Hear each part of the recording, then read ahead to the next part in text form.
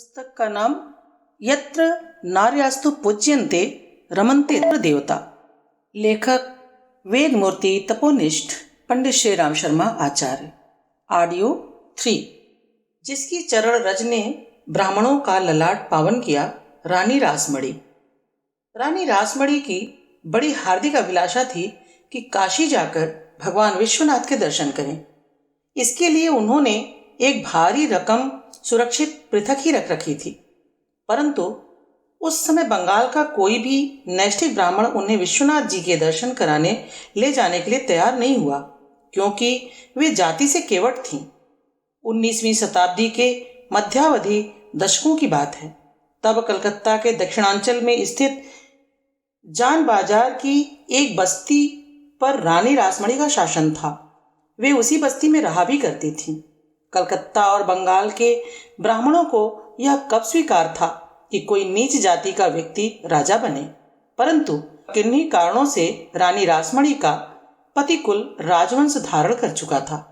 उनके ससुर तत्कालीन अंग्रेज गवर्नर वारेन हेस्टिंग्स के दाहिने हाथ थे। कई मामलों में हेस्टिंग्स की सहायता करते रहने के कारण उसने उन्हें जान बाजार का राजा बना दिया। रानी के ससुर ने हेस्टिंग्स की कृपा से काफी धन संपत्ति भी एकत्र कर ली थी। उनका देहांत हो जाने के बाद उनके पुत्र रासमणी के पति रामचंद्र वसु राज्य के उत्तराधिकारी बने। कंपनी सरकार की खूब सेवा करने के कारण उन्होंने भी काफी धन इकट्ठा किया था। अब उन्हें भी मरे 4 साल हो चुके थे और रानी भी जीवन की संध्या से गुजर रही थी। इसलिए पति तथा ससुर द्वारा इकट्ठे किए गए धन को स्वाभाविक ही धार्मिक कार्यों में खर्च करने की अभिलाषा हुई। जीते जी तीर्थ कर कोई पुण्य लाभ कमा लेने की उमंगें उन्हें उठीं। यूं वे धर्मात्मा और श्रद्धालु भी खूब थीं, परंतु निर्धनों की सेवा, दान और अन्य परमार्थ परक प्रक्रियाओं में ही उनकी अधिक आस्था थी। उन्होंने इन कार्यों में प्रचुर धन खर्च किया था। जान बाजार के नागरिकों में ही नहीं, आसपास के क्षेत्रवर्ती इलाकों में भी उनका सुयश फैलता जा रहा था और जैसे जैसे ख्याति बढ़ती गई, ब्राह्मणों का सिर दर्द भी बढ़ता गया। रानी रासमणी ने अपनी 3 पुत्रियों का विवाह कर दिया था। उनके दामाद राज्य प्रबंध में पर्याप्त सहायक सिद्ध हुए। विशेषतः मथुरा मोहन विश्वास तो संपूर्ण काम काज में रानी के दाहिने हाथ ही थे। इसलिए वाराणसी यात्रा की पंडितों से कोई व्यवस्था न मिलने पर भी उन्होंने स्वयं ही काशी जाने की तैयारी कर ली। सन 1848 ईस्वी में वाराणसी यात्रा की पूरी तैयारियां हो गईं। निर्धारित दिवस पर पूजा उपकरण और अन्य द्रव्याति नावों पर लादा गया। वह रात उन्होंने गंगा जी के तट पर बिताई, जहां आजकल दक्षिणेश्वर का काली मंदिर है। वहीं उन्होंने सारी रात विश्राम किया। रात को वे विगत घटनाओं के बारे में सोचती रहीं। उन धर्मनिष्ठ, निर्धन और गरीब जातियों के संबंध में जो धर्मानुष्ठान के लिए लालायत रहती होंगी और ब्राह्मणशाही के कारण बेचारे उन नागरिकों की यह लालसा अधूरी ही रह जाती होगी। तब हरिजन जातियों को मंदिर में प्रवेश का अधिकार बिल्कुल नहीं था। मंदिर के आंगन में कुत्ते और गधे भले ही घुसकर टट्टी पेशाब करते रहें, परंतु अवर्ण हिंदू नहीं घुसना चाहिए। यह मर्यादा थी ब्राह्मणों की, और वही अवर्ण ईसाई या मुसलमान बनकर किसी अधिकारी के रूप में वहां आता तो ये लोग उसके आगे पीछे घूमने लगते। स्वभावतः ऐसे ही वातावरण और परंपराओं ने हिंदू जाति को बड़ी ठेस पहुंचाई। हजारों लोग इस अंध मूढ़ परंपराओं से खिन्न होकर हिंदुत्व छोड़ गए थे। जान बाजार बस्ती में ही कई निम्न कही जाने वाली जाति के लोग ईसाई बन गए थे। अपने परिप्रेक्ष्य में हिंदू जाति की हुई इस हानि से तो वे परिचित हुई ही, साथ ही इस परंपरा के औचित्य पर भी विचार करने लगी। भगवान सबका पिता है, उसे तो अपने सभी पुत्र समान रूप से प्यारे हैं। प्रभु की पूजा उपासना के लिए बनाए गए विशेष स्थलों में किसी को प्रवेश से वंचित कर देना किसी भी दृष्टि से उन्हें उचित न जान पड़ा। विचार मंथन और चिंतन की यह प्रक्रिया इतनी प्रखर तथा तीव्र चली कि रानी रासमणी वाराणसी यात्रा पर पुनर्विचार के लिए बाध्य हो गई। अब इस स्थान पर उन्हें दूसरा विचार आ रहा था। और वह था एक ऐसे मंदिर का निर्माण जिसमें हर जाति का, हर धर्म का व्यक्ति देव दर्शन की इच्छा पूरी कर सके और आत्मसंतोष का लाभ उठा सके। यद्यपि वाराणसी यात्रा की पूरी तैयारियां हो चुकी थीं। भोर होने भर की देर थी, फिर चल देना था, परंतु इस विचार ने उनकी बनी बनाई योजना को निरस्त करवा दिया। शैया पर से वे उठी। साथ में जाने वाले सभी लोग सो रहे थे, जैसे आगे के श्रम और पानी के तेज बहाव के से संघर्ष के लिए शक्ति संचित कर रहे हों। रानी ने उन्हें उठाया और कहा, मैं वाराणसी यात्रा का विचार निरस्त कर दिया है। मैंने वाराणसी यात्रा का विचार निरस्त कर दिया है। अब यह सब कुछ समेट लेना चाहिए। रात को सोते समय तो रानी जी सुबह के लिए न जाने क्या क्या निर्देश दे रही थीं। 2-4 घंटे में ही अचानक यह परिवर्तन कैसे हो गया? सबको आश्चर्य हुआ। कुछ एक ने इस परिवर्तन का कारण भी पूछा तो वे बोली, अब मेरी इच्छा है इसी स्थान पर एक भव्य मंदिर बनाया जाए जिसमें हर वर्ग और हर जाति का व्यक्ति प्रवेश कर सके। मुझे यह स्थान बहुत सुंदर लगा है। मुझे लग रहा है कि यह प्रेरणा भी भगवती माँ से ही मिल रही है। रानी माँ आद्यशक्ति की श्रेष्ठ उपासिका थी। प्रत्येक शुभ कार्य का आरंभ ही भगवती के वंदन से होता था। रियासत के कागज पत्रों में अपने हस्ताक्षर करने से पूर्व वे कालीपद अभिलाषणी श्रीमती रासमणि दासी की मोहर लगाया करती थी।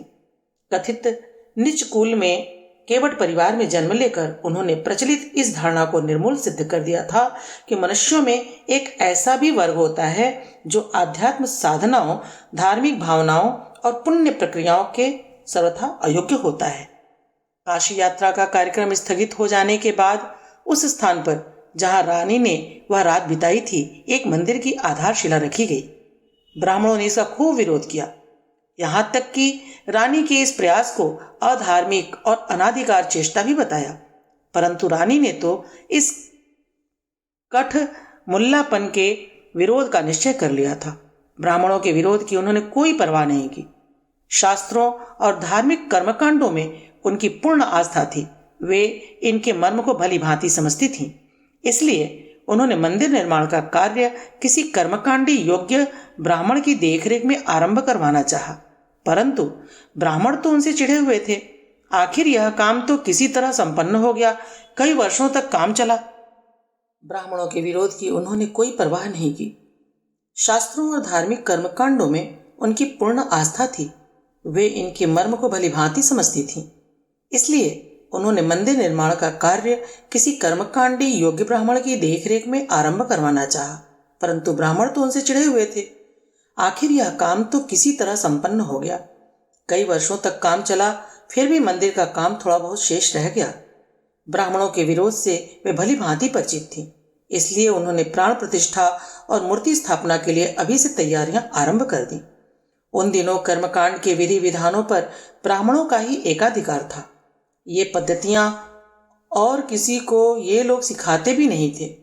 इसलिए प्राण प्रतिष्ठा तथा पूजा आदि के क्रम हेतु उन्होंने किसी सुधारवादी उदार ब्राह्मण को ही तलाशना उचित समझा। कई ब्राह्मणों और पंडितों की उन्होंने मिन्नत की, परंतु कोई तैयार ही नहीं होता था। अंततः प्रयत्न पूर्वक खोज करते हुए कामारपुकुर में एक पाठशाला चला रहे पंडित रामकुमार ने यह व्यवस्था दी। रानी ने इच्छा व्यक्त की कि वे यह मंदिर और इसकी संपत्ति भी उन्हें ही सौंपना चाहती हैं, परंतु निष्प्रिय लोक सेवी रामकुमार ने नम्रतापूर्वक क्षमा मांग ली। स्मरणीय है कि पंडित रामकुमार उन दिनों लोक हितार्थ कामारपुकुर में पाठशाला चला रहे थे।